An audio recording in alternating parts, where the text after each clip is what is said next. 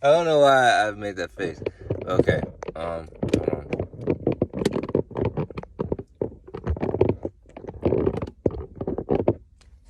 Okay. Super Zella to the rescue. Um. So this is day 4. Day 4.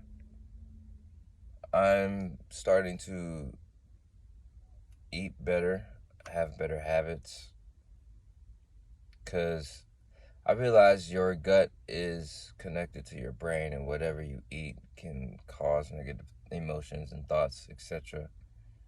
So that's why I'm eating this fruit right now, and why I'm going to be eating fruit for a very long time.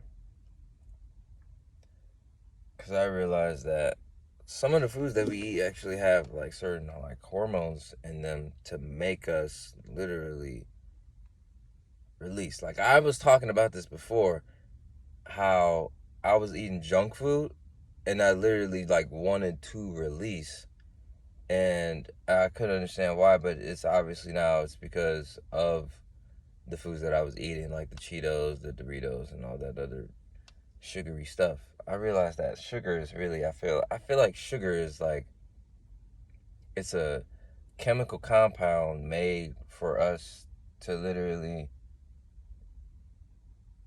be hyperactive, like overly hyperactive, and eventually drain us. It was always like this as a kid, though. For me, whenever I would consume sugar, I wouldn't even feel like all hyper. I would actually be tired. That's one thing I noticed with my body. Whenever I ate sugar as a kid, I would always get tired like right away.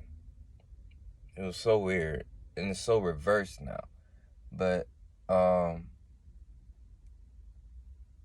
yeah, bro. I'm starting to eat better. I'm trying my best to eat better, eat less, because I know we're only supposed to eat once a day. We're not supposed to have 3 meals, but that's just the typical norm. And I realized, like, in that norm, you tend to really overfill your body, and that can also lead to like those kind of thoughts of releasing. But it's only because your body is just digesting the food.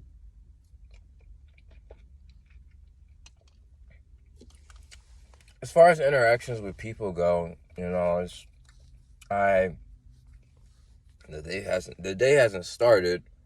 I mean, when I woke up, I said what's up to my grandmother. I usually don't say what's up in the morning because I be so tired, but I said that this morning, and you know, interaction wise with people, I don't know what's gonna happen today. Maybe it'll be different.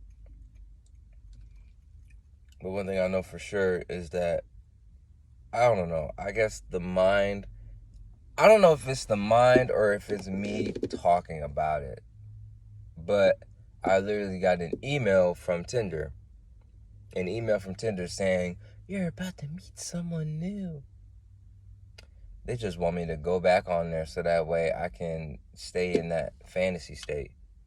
Because, like I said before, bro, if you have a Tinder, if you have a Bumble, a Grinder, if you have any of those dating apps, bro, 9 times out of 10, you are living in a fantasy world. Let's just accept the facts, bro.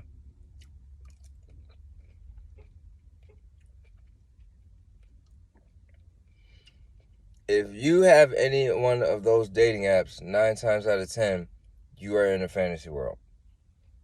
Because you're never going to meet this person. Some of these people aren't even who they say they are. And most importantly, they have a life outside of the phone too. So You just got to take that in effect before you proceed to pursue somebody. You know what I'm saying? They got a life outside of the phone as well as you do. So why waste your time, trying to get with that person? But I've seen people actually meet up with these people, but at the same time, it's still the same situation. Like, I've seen people, like, literally match on Tinder, meet up, shit like that, but then the person is not who they seem to be in person. Like, literally, niggas get catfished. So, I'm just saying, real life interactions are with, like, people are a whole lot better than these dating apps. Because with the real life 555, the real life interactions, you feel people's energy. You hear the way they talk. You see their body language. All of these things play a part in trying to get to know somebody. You can't get to know somebody by texting them. That's just facts. You can't get to know what somebody's saying, how they're saying it through text. Unless you met them in person first. I actually know that this is a fact. You actually will hear the person's voice in your brain when you're texting them. When you have a friend and you've met them and you get their number and stuff like that, you actually hear their voice. Like, once you guys talk enough in real life, you'll hear their voice in your brain. And I honestly understand that, and I see that now.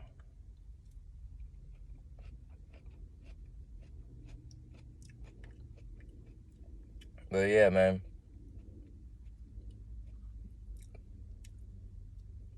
They freaking sent an email from Tinder, though. Like, literally sent an email from Tinder saying that shit. And I'm just like, bruh, I'm not going back on your apps. If I wanted to date somebody, I'm going to go out of my way to talk to these females out here. Even if it means failing.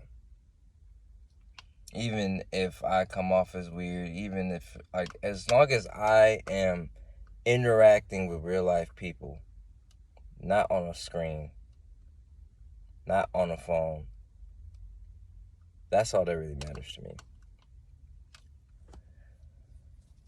Anyway, yeah, this is day 4.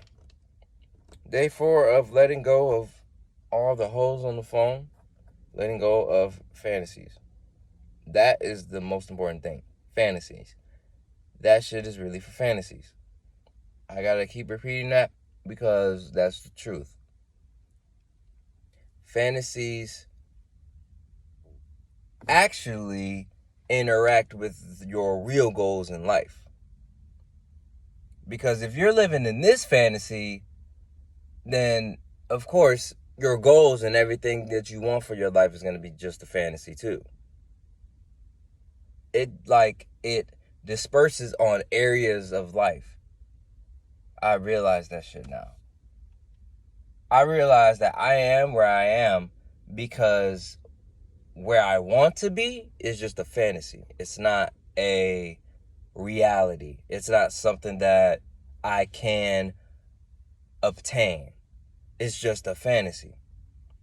And I've made it like that. And I'm going to start making it a reality instead of a fantasy. So if you take anything from this video, man, it's to learn how to transmute your energy to make your dreams a reality instead of a fantasy. That rhymed. I don't know what I said, but I know for a fact it rhymed. But anyways, man, all right, I'm gone. I'm going to see y'all later. And maybe today I free the mind.